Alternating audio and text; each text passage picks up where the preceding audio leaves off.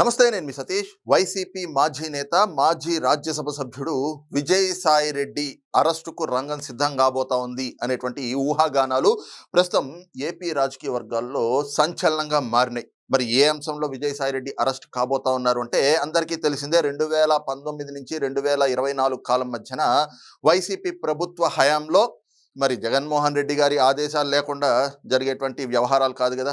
అప్పుడు జరిగినటువంటి మద్యం కుంభకోణం, ఏపీ మద్యం కుంభకోణం కేసు ఏదైతే ఉందో, ఈ కేసులో ఇప్పటికే అనేక సంచలనమైనటువంటి అంశాలు చూసాం. ఇప్పటికే చాలా కీలకమైనటువంటి వ్యక్తుల అరెస్టులను కూడా మనం చూసాం.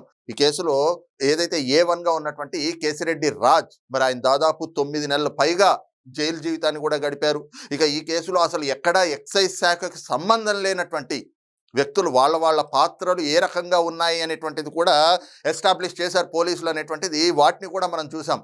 అసలు ఆనాటి సీఎంఓలో ఓఎస్డీగా పనిచేసినటువంటి, అంటే సీఎం ఓఎస్డీగా పనిచేసినటువంటి కృష్ణమోహన్ రెడ్డి కావచ్చు, లేదంటే గనక సీఎంఓ కార్యదర్శిగా అంటే సెక్రటరీగా పనిచేసినటువంటి ధనుంజయ రెడ్డి కావచ్చు, లేదా అసలు ప్రభుత్వానికి ఎటువంటి సంబంధం లేని ఎక్కడో భారతీ సిమెంట్స్ అనేటువంటి ప్రైవేట్ కంపెనీలో మరి ఏదైతే ఫైనాన్స్ డైరెక్టర్గా పనిచేస్తున్నటువంటి గోవిందప్ప బాలాజీ లాంటి వాళ్ళు, చెవిరెడ్డి భాస్కర్ రెడ్డి, రాజంపేట పార్లమెంట్ సభ్యుడైనటువంటి మిథున్ రెడ్డి, వీళ్ళందరికీ కూడా మొత్తం ఈ మద్యం కుంభకోణానికి సంబంధించి ఏ రకంగా వీళ్ళు ఈ కుంభకోణాన్ని నడిపారు, అసలు ఆ రోజున జగన్మోహన్ రెడ్డి ప్రభుత్వంలో లిక్కర్ పాలసీ ఫ్రేమింగ్ దగ్గర నుంచి మరి ఏ రకంగా షెల్ కంపెనీలు, డొల్ల కంపెనీలు పెట్టడం కానీ, లేదంటే కనుక డిస్టిలరీల నుంచి ముడుపులు సేకరించడం కానీ, వాటన్నిటిని బ్లాక్ని వైట్గా, వైట్ని బ్లాక్గా మలచడం, అలాగే మనీ లాండరింగ్ ఏ రకంగా చేశారు, దేశాన్ని కూడా వేల కోట్ల రూపాయలు దాటించేశారు, అలాగే వందల కోట్ల రూపాయలు వాటితోటి ఆస్తులు కొన్నారు. ఒక్కొక్కళ్ళు ఒక్కో ప్రాంతంలో విచ్చలవిడిగా ఆస్తులు కూడా కొనుగోలు చేశారు. అవన్నీ కూడా ఏమిటి అంటే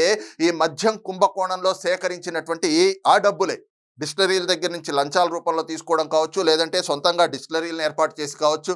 అసలు ఏ రకంగా ఒక ఆదాన్ డిస్టిలరీ కానీ, ఒక లీలా డిస్టిలరీ కానీ, లేదంటే యూవి డిస్టిలరీస్ కానీ, ఇవన్నీ ఎలా పుట్టుకొచ్చినాయి, ఈ అంశాలన్నీ కూడా పోలీసులు మరి గడిచిన 1.5 కాలంగా వాళ్ళు చేస్తున్నటువంటి దర్యాప్తులో ఈ అంశాలన్నీ వెలుగులోకి వచ్చినాయి. కానీ అసలు ఈ కేసులో ప్రధాన సూత్రధారిగా A1గా పేర్కొనబడుతున్నటువంటి కేసిరెడ్డి రాజ్, ఆ వ్యక్తి పేరు బయటపెట్టింది ఎవరు? విజయసాయి రెడ్డి. ఇదే విజయసాయి రెడ్డి. ఆయన పైన ఏదో ఒక కేసు ఉంది. ఆ కేసులో విచారణ నిమిత్తం పోలీసులు ఆయన్ని సిఐడి కార్యాలయానికి పిలిస్తే సిఐడి కార్యాలయంలో విచారణ ఎదుర్కొన్నారు. ఆయన బయటకు వచ్చిన తర్వాత ఒక బాంబ్ పేల్చారు. ఆయన ఎదుర్కొన్న విచారణ గురించి ఆయన చెప్తాడేమో అని అంతా అనుకున్నారు. కానీ అది కాదు. ఆయన బయటకు వచ్చి అసలు ఈ మద్యం కుంభకోణంలో ప్రధాన నిందితుడు రాజ్ కసిరెడ్డి, ఆయన మిథున్ రెడ్డి, వీళ్ళంతా నా దగ్గరకు వచ్చి మేము ఈ రకంగా మద్యం వ్యాపారం చేద్దాం అనుకుంటున్నాం, ఒక డిస్టిలరీని ఏర్పాటు చేద్దాం అనుకుంటున్నాం, మాకు 100 కోట్ల రూపాయల డబ్బులు కావాలి అని అంటే తన అల్లుడి సోదరుడైనటువంటి శరత్ చంద్రారెడ్డి, ఎవరైతే అరబిందోలో డైరెక్టర్గా ఉన్నాడో, మరి ఆయనతోటి చెప్పి ఆ 100 కోట్ల రూపాయలు నేను ఇప్పించాను, అందులో కొంత డబ్బులు ఇచ్చారు, మిగతా డబ్బులు ఇవ్వలేదు అని చెప్పి ఓ బాంబు పేల్చారు. అదే సమయంలో ఈ మద్యం ఫ్రేమింగ్ కావచ్చు, వీటన్నిటికీ సంబంధించి కూడా తన ఏది జూబ్లీ హిల్స్లో జర్నలిస్ట్ కాలనీలో ఉన్నటువంటి తన నివాసంలో చర్చలు జరిగినాయని చెప్పి, అలాగే విజయవాడలో ఉన్నటువంటి తన విల్లాలో మళ్ళీ చర్చలు కూడా జరిగినాయి లిక్కర్ పాలసీకి సంబంధించి అని చెప్పి విజయసాయి రెడ్డి ఆ రోజున పేల్చినటువంటి బాంబు అటు తాడేపల్లి ప్యాలెస్లో కూడా ప్రకంపనలు సృష్టించింది. ఇక అక్కడి నుంచి తీగలాగితే డొంకంతా కదిలినట్లు ఇందాక చెప్పినట్లుగా కేసిరెడ్డి రాజ్ దగ్గర నుంచి చెవిరెడ్డి భాస్కర్ రెడ్డి, ఆయన స్నేహితుడు వెంకటేష్ నాయుడు, అలాగే చెవిరెడ్డి భాస్కర్ రెడ్డి కుమారుడు మోహిత్ రెడ్డి వరకు కూడా ఎవరెవరి పాత్ర ఏ రకంగా నడిచింది, అసలు ఈ డబ్బులు ఏ రకంగా వీళ్ళు సేకరించారు, ఎవరి పాత్ర ఏమిటి, ఏ రకంగా డెన్లను ఏర్పాటు చేసి ఆ డెన్లలో డబ్బులు డంపింగ్ చేశారు, అలాగే వాటన్నిటినీ కూడా 2023 తెలంగాణ ఎన్నికల నోటిఫికేషన్ వెలువడే వరకు కూడా ఆ డబ్బులన్నింటినీ ఏ రకంగా తెలంగాణలోని కొన్ని ప్రాంతాల్లో కొన్ని డెన్లు ఏర్పాటు చేసి ఆ డెన్లలో డంప్ చేశారు, ఆ తర్వాత వాటన్నిటినీ కూడా ఆంధ్రప్రదేశ్కి ఎలా తరలించారు, మరి చెవిరెడ్డి భాస్కర్ రెడ్డి తుడా వాహనాల ద్వారా వాటిని తనకి ఏదైతే జగన్మోహన్ రెడ్డి ఎన్నికల్లో మరి డబ్బులు పంపిణీ చేయడానికి ఆ బాధ్యతలు అప్పచెప్పారో, ఈ అంశాలన్నింటినీ కూడా ఆయన ఇవి చేస్తూ తుడా వాహనాల్లో ఈ డబ్బుల్ని తరలించటం, ఈ అంశాలన్నీ కూడా వెలుగులోకి వచ్చాయి. ఇవన్నీ కూడా అందరినీ ఒక ఇంత ఆశ్చర్యానికి గురి చేసినటువంటి అంశాలు. అయితే కొద్ది రోజులుగా మాత్రం వరుసగా ఈ కేసులో ప్రధాన నిందితులుగా ఆనాటి ప్రభుత్వంలో ముఖ్యంగా సీఎంఓలో కీలకంగా వ్యవహరించినటువంటి వ్యక్తులు, అలాంటి వాళ్ళందరూ అరెస్ట్ అయ్యారు. చాలా కాలం వాళ్ళు జైల్లో ఉన్నారు. వాళ్ళందరికీ బెయిళ్లు లభించి బయటకు వచ్చిన నేపథ్యంలో మరి ఈ కేసు వీగిపోతా ఉందా అనేటువంటి కొన్ని అనుమానాలు కూడా వ్యక్తమైనాయి. కానీ ఈ కేసు వీగిపోవడం లేదు. ఈ కేసు ఎక్కడికక్కడ ఈ కేసులో ప్రతి ఒక్కళ్ళకి ఉచ్చు పూర్తి స్థాయిలో బిగుస్తూ ఉంది అనేటువంటిది ఈ రోజున అంటే తాజాగా చోటు చేసుకుంటున్నటువంటి పరిణామాలను చూస్తే మాత్రం స్పష్టంగా అర్థమవుతుంది. మరి ఏమిటా పరిణామాలు అనంటే, ఈ కేసులో ఇందాక మనం చెప్పుకున్నట్లుగా ఆనాటి ప్రభుత్వంలో చాలా కీలకమైనటువంటి బాధ్యతలు నిర్వర్తించినటువంటి వ్యక్తులు ప్రధానంగా చూస్తే ధనుంజయ రెడ్డి ముఖ్యమంత్రి కార్యాలయంలో కార్యదర్శిగా పనిచేశారు, అంటే సెక్రటరీగా, సీఎంఓలో సెక్రటరీగా పనిచేశారు. అలాగే ముఖ్యమంత్రికి ఓఎస్డీగా పనిచేసినటువంటి కృష్ణమోహన్ రెడ్డి, వీళ్ళతో పాటుగా చెవిరెడ్డి భాస్కర్ రెడ్డి, అలాగే ఈ కేసులో A1గా ఉన్నటువంటి కేసిరెడ్డి రాజ్, అలాగే భారతీ సిమెంట్స్కి సంబంధించినటువంటి ఫుల్ టైమ్ ఫైనాన్స్ డైరెక్టర్గా ఉన్నటువంటి గోవిందప్ప బాలాజీ, వీళ్ళందరి ఇళ్లల్లో మరి ఎన్ఫోర్స్మెంట్ డైరెక్టరేట్ అధికారులు ఏకకాలంలో దాడులు నిర్వహించారు. ఉదయం నుంచి సోదాలు జరుగుతూ ఉన్నాయి. అయితే తాజాగా అందినటువంటి అప్డేట్ ఏమిటంటే, అసలు ఈ కేసులో మరి అసలు అంశాలన్నింటినీ బయట పెట్టినటువంటి, అలాగే ఈ లిక్కర్ పాలసీకి సంబంధించి మొత్తం ఫ్రేమింగ్ అంతా కూడా తన నివాసంలోనే జరిగింది అంటూ బాంబ్ బ్లాస్ట్ చేసినటువంటి విజయసాయిరెడ్డి ఇంట్లో కూడా, జూబ్లీ హిల్స్ దగ్గర జర్నలిస్ట్ కాలనీలో ఉన్నటువంటి విజయసాయిరెడ్డి ఇంట్లో కూడా ఎన్ఫోర్స్మెంట్ డైరెక్టరేట్ అధికారులు ఉదయం నుంచి సోదాలు నిర్వహిస్తూ ఉన్నారు. పూర్తిగా విజయసాయిరెడ్డిని ఏ రకంగా షెల్ కంపెనీలు, డొల్ల కంపెనీలు ఏర్పాటు చేశారు, వాటి ద్వారా డబ్బులు ఏ రకంగా సేకరించారు, అలాగే వాటన్నిటినీ మనీ లాండరింగ్ పేరుతోటి ఎలాగా దేశం దాటించారు అనేటువంటి అంశాలపైన ఎన్ఫోర్స్మెంట్ డైరెక్టరేట్ అధికారులు విజయసాయిరెడ్డిని వాళ్లే నేరుగా ప్రశ్నిస్తూ ఉన్నారు. ఈ సోదాల్లో విజయసాయిరెడ్డి ఇంట్లో పలు కీలకమైనటువంటి డాక్యుమెంట్లు కూడా లభ్యమైనట్లు ఇప్పటికే సమాచారం అంతా ఉంది.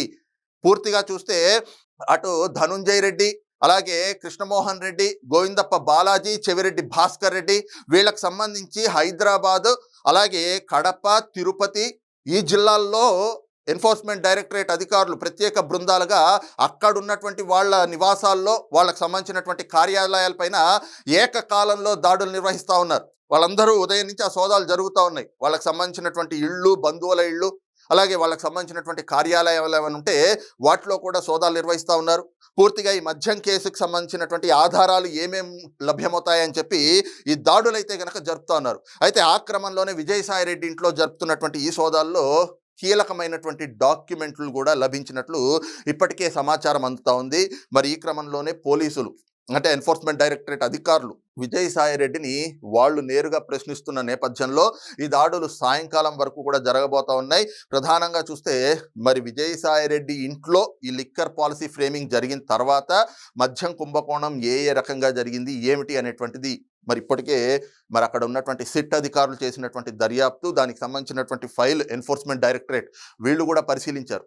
వీళ్ళు ఎన్ఫోర్స్మెంట్ డైరెక్టరేట్ నేరుగా వాళ్ళు ఈ కేసులో ఇన్వాల్వ్ అయ్యారు. వాళ్ళు రంగంలోకి దిగి వాళ్ళ దర్యాప్తు కూడా జరుగుతూ ఉంది. అందుకే కొద్ది రోజులుగా సిట్ అధికారులు ఏమిటి మద్యం కుంభకోణం కేసుని వదిలేశారా అనేటువంటి ప్రశ్నలు వస్తున్నప్పటికీ ఎన్ఫోర్స్మెంట్ డైరెక్టరేట్ ఈ కేసును వదలలేదు. వాళ్ళు పూర్తి స్థాయి గ్రౌండ్ వర్క్ చేసుకుంటూ వస్తూ ఉన్నారు. అందులో భాగంగానే వాళ్ళకి లభించినటువంటి ఆధారాల నేపథ్యంలోనే ఈ రోజున ఈ సోదాలు, ఈ దాడులు అనేటువంటివి వీళ్ళందరి ఇళ్లపైన, కార్యాలయాలపైన నిర్వహిస్తూ ఉన్నారు. అంటే అందరికీ కూడా ఈ కేసులో ఉచ్చు బిగియబోతా ఉంది. ప్రధానంగా ఈ కేసులో మరి సంచలనమైనటువంటి విషయాలన్నీ బయటపెట్టింది విజయసాయిరెడ్డి కాబట్టి ఆయన ఇంట్లో ఈ సోదాల నిర్వహణ తర్వాత ఆయన ఇప్పటికే విచారిస్తూ ఉన్నారు, ఆయన ప్రశ్నిస్తూ ఉన్నారు. ఈ సోదాలు పూర్తయిన తర్వాత సాయంకాలానికి బహుశా లేదా రాత్రికి ఈ సోదాలు అనేటువంటిది కూడా పూర్తి చేసి ఆ తర్వాత విజయసాయిరెడ్డిని కస్టడీలోకి తీసుకునే, అంటే ఆయన అదుపులోకి తీసుకునేటువంటి అవకాశాలు కూడా ఉన్నట్లు ఊహాగానాలు అయితే గనక పెద్ద ఎత్తున వినిపిస్తూ ఉన్నాయి. మరి అదే జరిగితే ఈరోజు సాయంత్రం ఎన్ఫోర్స్మెంట్ డైరెక్టరేట్ అధికారులు మరోసారి విజయసాయిరెడ్డిని అరెస్టు చేయడం తథ్యమని అయితే చెప్పుకోవచ్చు. మరోసారి అని ఎందుకంటున్నారంటే ఇప్పటికే సిబిఐ ఎన్ఫోర్స్మెంట్ డైరెక్టరేట్ అధికారులు గతంలో విజయసాయిరెడ్డిని అరెస్ట్ చేశారు. అయితే ఆ కేసు వేరు, అది జగన్మోహన్ రెడ్డి అక్రమాస్తుల కేసు. తండ్రి అధికారాన్ని అడ్డం పెట్టుకుని అప్పుడు కూడా ఇదే విజయసాయిరెడ్డి ఎలాగా క్విట్ ప్రోకో చెయ్యొచ్చు, ఎలాగ సూట్ కేస్ కంపెనీలు, షెల్ కంపెనీలు పెట్టచ్చు, ఇవన్నీ కూడా ఐడియాలు ఇచ్చింది ఆయనే. కాబట్టి ఆ కేసులో అప్పుడు అరెస్ట్ అయ్యారు అక్రమాస్తుల కేసులో. కానీ ఇప్పుడు మరి జగన్మోహన్ రెడ్డిని వీడి బయటకు వచ్చేసిన తర్వాత ఆయన ప్రభుత్వ హయాంలో అప్పుడు ఈయన ఆ పార్టీలో ఉన్నాడులేండి. ఈయనకి తెలిసి ఈయన ఆధ్వర్యంలో జరిగినటువంటి మద్యం కుంభకోణం కేసు ఏదైతే ఉందో ఆ కేసులో ఇప్పుడు ఎన్ఫోర్స్మెంట్ డైరెక్టరేట్ అధికారులు మరోసారి విజయసాయి రెడ్డిని అరెస్టు చేయడం అయితే ఖాయం అన్నటువంటి ఊహాగానాలు పెద్ద ఎత్తున వినిపిస్తా ఉన్నాయి. మరి మద్యం కుంభకోణం కేసులో విజయసాయి రెడ్డి అరెస్ట్ తథ్యం అంటూ వస్తున్నటువంటి వార్తలపైన మీ అభిప్రాయం ఏమిటనేటువంటిది కింద కామెంట్ సెక్షన్లో మెన్షన్ చేయండి. Thank you.